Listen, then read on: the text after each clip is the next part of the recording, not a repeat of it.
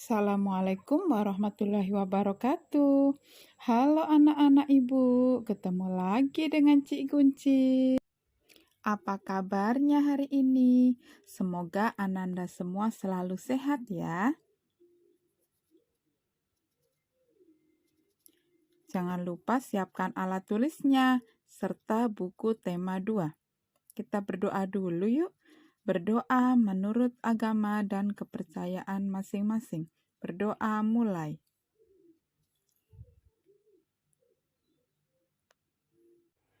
Hari ini kita belajar tema 2, persatuan dalam perbedaan. Subtema 3, bersatu kita teguh. Pembelajaran 5, disimak baik-baik ya. Bersatu kita teguh adalah semboyan bangsa Indonesia dalam mewujudkan persatuan dan kesatuan. Apakah kamu masih ingat arti dari semboyan tersebut?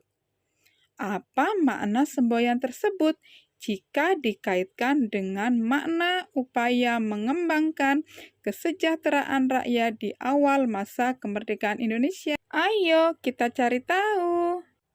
Yang pertama, kita belajar muatan IPS. Upaya meningkatkan kesejahteraan pada masa awal kemerdekaan. Upaya bangsa Indonesia meningkatkan kesejahteraan rakyat di awal masa kemerdekaan Indonesia. Pada awal berdirinya Republik Indonesia, keadaan ekonomi Indonesia sangat buruk. Hal ini disebabkan oleh berbagai hal, di antaranya harga barang-barang mahal akibat inflasi dan adanya blokade ekonomi oleh Belanda atau NIKA. Berbagai upaya dilakukan oleh pemerintah beserta rakyat untuk meningkatkan kesejahteraan, di antaranya sebagai berikut. Pada awal kemerdekaan, pemerintah dan rakyat Indonesia belum sempat melakukan perbaikan ekonomi secara baik. Baru bulan Februari 1946, pemerintah mulai memprakarsai usaha untuk memecahkan masalah-masalah ekonomi yang mendesak. Upaya-upaya tersebut meliputi yang pertama, pinjaman nasional. Program pinjaman nasional ini dilaksanakan oleh Menteri Keuangan, Insinyur Surahman. Pinjaman nasional akan dibayar kembali selama jangka waktu 40 tahun. Yang kedua, konferensi ekonomi. Konferensi ini dihadiri oleh para cendekiawan, para gubernur, dan para pejabat lainnya yang bertanggung jawab langsung mengenai masalah ekonomi di Jawa. Konferensi ini dipimpin oleh Menteri Kemakmuran, Insinyur Darmawan Mangunkusumo.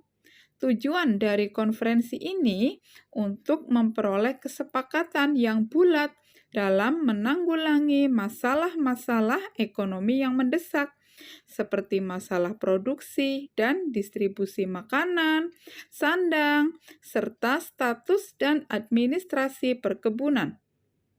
Yang ketiga, pembentukan Badan Perancang Ekonomi. Pembentukan badan ini atas inisiatif Menteri Kemakmuran, Dr. A.K. Ghani. Badan ini merupakan badan tetap yang bertugas membuat rencana pembangunan ekonomi untuk jangka waktu 2-3 tahun. Upaya yang keempat yaitu Rencana Kasimo atau Kasimo Plan. Program ini disusun oleh Menteri Urusan Bahan Makanan, I.J. Kasimo. Program ini merupakan rencana produksi 3 tahun, dari tahun 1948 sampai tahun 1950, mengenai usaha swasembada pangan dengan beberapa petunjuk pelaksanaan yang praktis. Untuk meningkatkan produksi bahan pangan dalam program ini, Kasimo menyarankan agar menanami tanah-tanah kosong di Sumatera Timur seluas 281.277 hektare. Di Jawa dilakukan intensifikasi dengan menanam bibit unggul. Selanjutnya, pencegahan penyembelihan hewan-hewan yang berperan penting bagi produksi pangan. Yang keempat, di setiap desa dibentuk kebun-kebun bibit. Yang kelima, transmigrasi. Itulah upaya dari rencana Kasimo. Selanjutnya, upaya untuk meningkatkan kesejahteraan rakyat yang kelima, yaitu persatuan tenaga ekonomi. Organisasi yang dipimpin PR Motik ini bertujuan untuk menggiatkan kembali partisipasi pengusaha swasta. Dengan dibentuknya PTE, Persatuan Tenaga Ekonomi, juga diharapkan dapat melenyapkan individualisasi di kalangan organisasi pedagang, sehingga dapat memperkokoh ketahanan ekonomi bangsa. Itulah tadi 5 upaya bangsa Indonesia meningkatkan kesejahteraan rakyat di awal masa kemerdekaan Indonesia. Selanjutnya, kita belajar muatan SPDP, mempraktikkan gerakan dan pola lantai tari indang. Kamu sudah mengetahui beberapa gerakan dan pola lantai pada tari indang yang dilakukan secara kelompok. Gerakan tari dalam kelompok harus dilakukan dengan kompak dan memiliki komposisi formasi tarian yang baik. Agar tarian dapat ditampilkan dengan baik, berlatihlah secara rutin dan menggunakan properti tari yang sesuai. Properti dalam tari indang sangat sederhana, yaitu indang itu sendiri atau rebana pegangan berukuran kecil.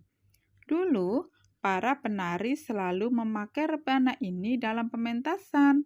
Namun kini lebih sering diletakkan di hadapan mereka. Kemudian diganti dengan gerakan tepuk tangan di bagian-bagian lirik tertentu. Sekian pembelajaran kita hari ini. Semoga bermanfaat untuk kita semua. Anak-anak semua, jangan lupa jaga kesehatan dengan tetap di rumah, jika keluar memakai masker, dan menghindari kerumunan. Semoga wabah COVID-19 segera berakhir dan kita bisa belajar bersama di sekolah, bertemu teman-teman, dan bertemu dengan Bapak Ibu guru yang kalian sayangi. Ibu akhiri dengan wassalamualaikum warahmatullahi wabarakatuh. Salam sehat dan selalu semangat.